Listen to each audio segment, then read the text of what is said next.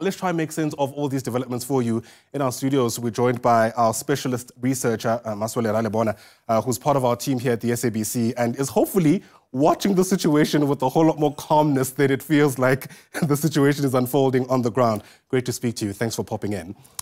What a moment. As I try to find my first question, I suppose we should try and make sense of where we are now with less than 25 minutes to go before this first sitting. I mean, there's still organizations asking to sit with the ANC.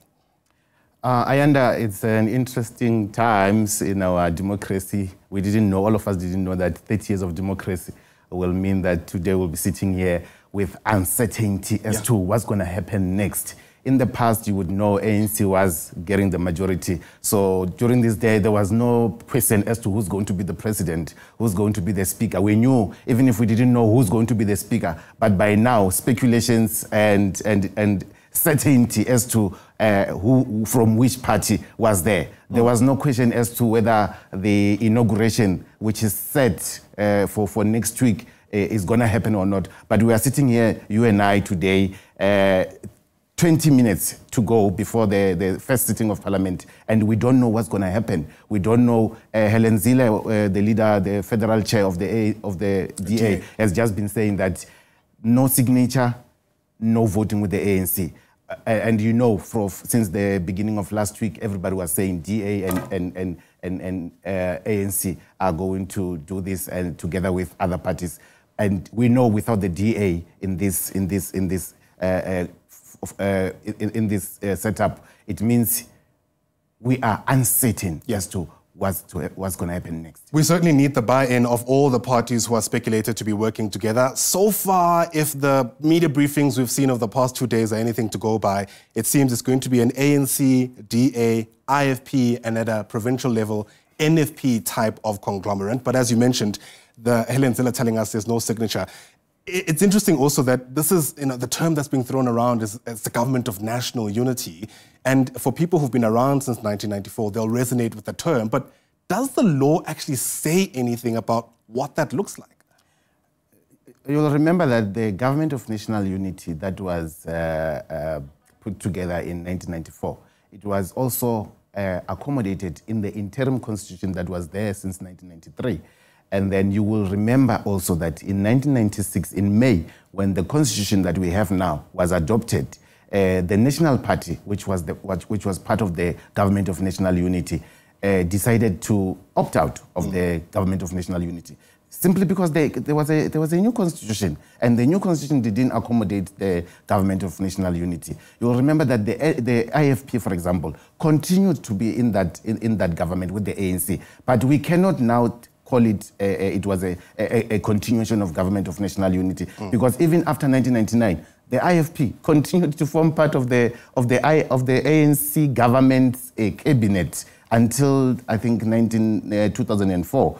So these guys now, where we are sitting with these political parties saying we have not been consulted, we were called, but we have not received anything concrete. It also tells you the confusion that has been brought in by the, and sorry to say this, by the ANC, because the ANC, everybody expected them to come out and say, we are going to work with Party A, or we are going to work with Party ABC, because if we work with Party ABC, our ideology, our policies, or we are going to work with DA because they are the second biggest, and we want to work together to build this and that. It certainly would have been much simpler.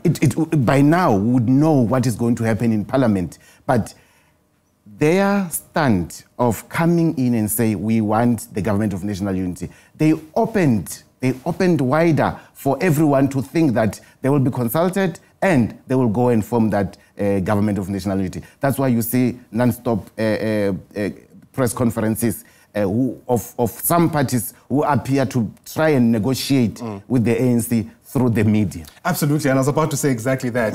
2 weeks ago, it felt like politicians were actually doing a pretty good job at keeping tight-lipped around what's being said behind closed doors. But as the pressure builds, and it certainly is because we have less than 20 minutes left, you're seeing a whole lot more of that spilling over into the media. I wouldn't be surprised, for example, if what the ANC or what these parties have said has been heard for the first time by the ANC in the media.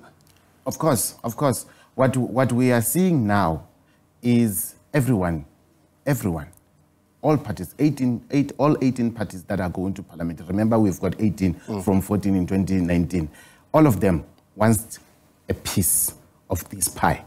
And the ANC is sitting up there with their 40% of the votes.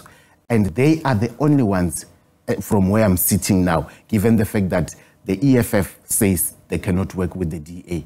And there's parties like PAC and others who says we cannot work with the DA. So it gives the ANC even much power to be the ones who select and run with this government of national unity or a coalition. Because at the end of the day, in the constitution, when you look at this arrangement, it's going to be a coalition based on the constitution, because the constitution only provide for proportional representation. Right. It doesn't say anything about a coalition. It doesn't say anything about the government of national unity. But it is expected that once you don't reach 50 plus, and other parties also comes with their 5%, 10%, 20% and all that, you can now form a government. There will always be a government, based on the constitution, no matter what happens, government must be formed.